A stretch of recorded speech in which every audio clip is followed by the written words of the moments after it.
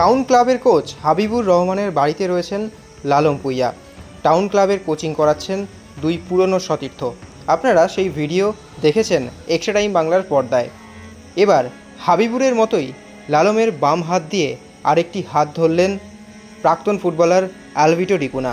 পুরনো সতীর্থ হয়ে বন্ধুর পাশে দাঁড়ালেন।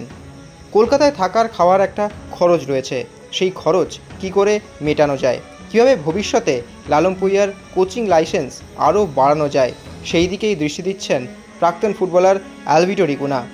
এদিন সরাসরি চলে এলেন টাউন ক্লাবের অনুশীলনে। ভবিষ্যতে আরও কীভাবে লালম পুইয়ার পাশে থাকা যায় সেই বিষয়েই আলোচনা করলেন।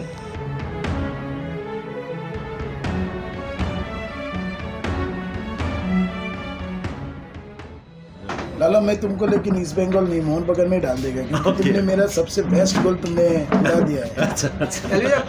যে সবথেকে ভালো গোল আমার লালম পুইয়া দুটো গোল করেছে মনে আছে 2-1 যেটা হয়েছিল সেই তোমার ফার্স্ট গোল সংগ্রামে বাপা সেই গোল তারপরে পুইয়া দুটো গোল नहीं लकी था लकी गोल है। भाई कुछ मेमोरी है अलविदा के साथ ग्राउंड पर? हाँ वही मैच का। अलविदा भाई बहुत सही गोल मारा।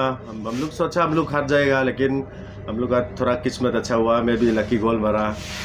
अलविदा भाई सही प्लेयर है, मेरा फेवरेट प्लेयर है। हम लोग का गोलकीपर को थैंक्स कुछ बोलना चाहेगा? दोनों गोल भी आप ही मारा है। हाँ सुले मूसा था डिफेंस में, याद है ना लालन भाई? याद है। हम लोग का लकी गोल मिला, मैं भी लकी। लालम भाई कैसे लगा आपका पुराना दोस्त के साथ मिलकर? हाँ अच्छा लगा। हम लोग का क्लब में आया, मोटिवेट स्पीच दिया और बहुत अच्छा लगा।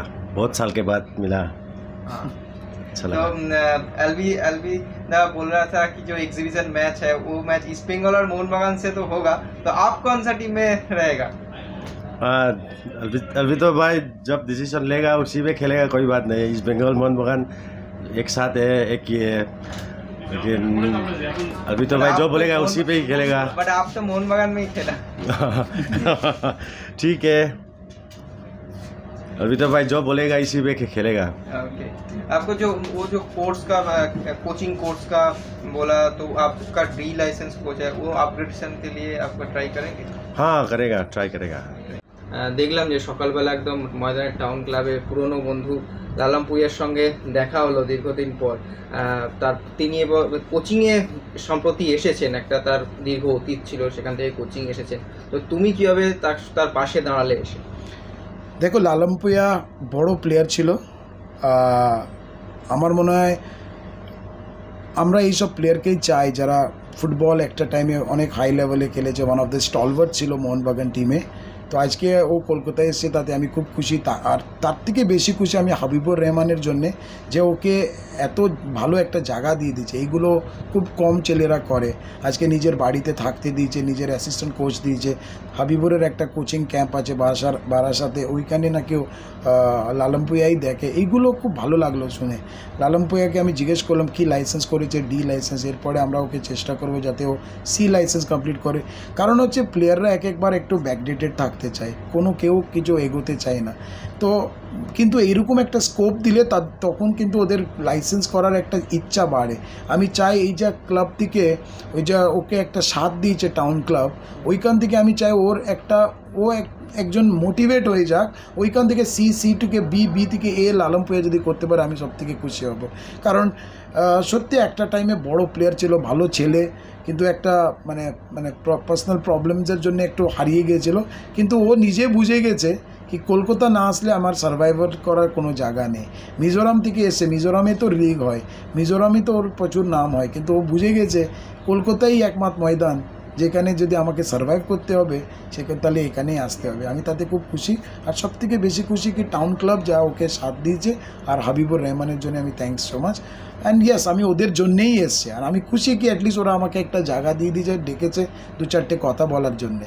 ময়দানের অনেকেই তো রয়েছে, অনেক অনেক প্রাক্তন ফুটবলার রয়েছেন, সেক্ষেত্রে লালম পুইয়ার হাতটা ধরে নেওয়ার জন্য অ্যালভিটো ডিকুনাই কেন এগিয়ে এলেন? কারণ হচ্ছে দেখো, আমাকে হাবিবুর অনেক দিন ধরে বলছিল ভাইয়া পারলে ওকে একটু সাথ দাও, ওর একটু স্ট্রাগল করছে। আর যারা স্ট্রাগল করে সত্যি আমি সবসময় ওদের পাশে দাঁড়াতে চেষ্টা করি। কারণ আমি একটা টাইমে আমি ওই লেভেল থেকে উঠে এসেছি। আমি জানি আমার মা বাবার কাছে কী ছিল না ছিল। আজকে হয়তো ফুটবলার না হলে আমি জানি না আমি কী কাজ করতাম না করতাম, কারণ আমার যা বাড়ি, আমার সব কিছুই আমি নিজে থেকে আমি করলাম। আমার বাড়ির পরিবেশটা খুব মানে খারাপ ছিল, আমার খুব স্ট্রাগল করে উঠে এসছে। আর আমার মনে হয় এই জিনিসটাই আমার মধ্যে ভালো, কারণ হচ্ছে হয়তো মা বাবার কাছে পয়সা থাকলে হয়তো এই জায়গায় আসতে পারতাম না, আমি হয়তো ওদের টাকায় আমি রিল্যাক্স মুডে চলে যেতাম। যাই হোক, স্ট্রাগল না করলে জীবনে কিছু হয় না। আজকে লালমপুয়া যখন বলেছে ভাইয়া দেখো আমরা তো অনেক জায়গায় এক্সিবিশন ম্যাচ খেলি, তো সঙ্গে সঙ্গে আমি ওকে বললাম আমাদের 28 তারিখে একটা ম্যাচ আছে, আমি তোকে ওই ম্যাচে নিয়ে নেবো। ওকে তো আমি ইস্ট বেঙ্গল খেলাতে পারবো না, ওকে তো মোহনবাগানই দিতে হবে। যাই হোক, লালমপুয়া আমার সাথে মাঝে মাঝে খেলবে, কিংবা আমরা ওকে অনেক সাথ দেব, সেটাতে আমরা খুব খুশি। ইটস নট, একটা জিনিস আমি সবসময় বলি, এখানে কিন্তু আমি বলো, নবী বলো, মেহতাব বলো, যারা আমরা খেলি, কিংবা দীপঙ্কর, ষষ্ঠী, অর্ণব, অসীম, আমরা কিন্তু শুধু বাঙালিদের জন্যে না, আমরা সবাই কিন্তু সব প্লেয়ারদের জন্য আছে। আজকে লালমপুয়া কোথায় থেকে এসে সেটা দরকার নেই, কিংবা আমি গোয়া থেকে এসে ওরা সবাই আমাকে ভালোবাসে, মাঝে মাঝে আমার বাড়িতে আড্ডা হয়। আমরা কিন্তু আমাদের এই বন্ডিংটা ভালো। আর আমি চাই লালমপুয়াকে যদি আমাদের সাথে আমরা নিতে পারলে, লালমপুয়া হয়তো অনেক যে আনওয়ান্টেড যে কাজগুলো আছে সেটাকে ভুলে গিয়ে আমাদের সাথে থাকলে ও নিজের হয়তো ইন্সপায়ার্ড হয়ে যাবে। আমরা এর জন্য আমরা ওর পাশে দাঁড়াতে চাই। Extra time.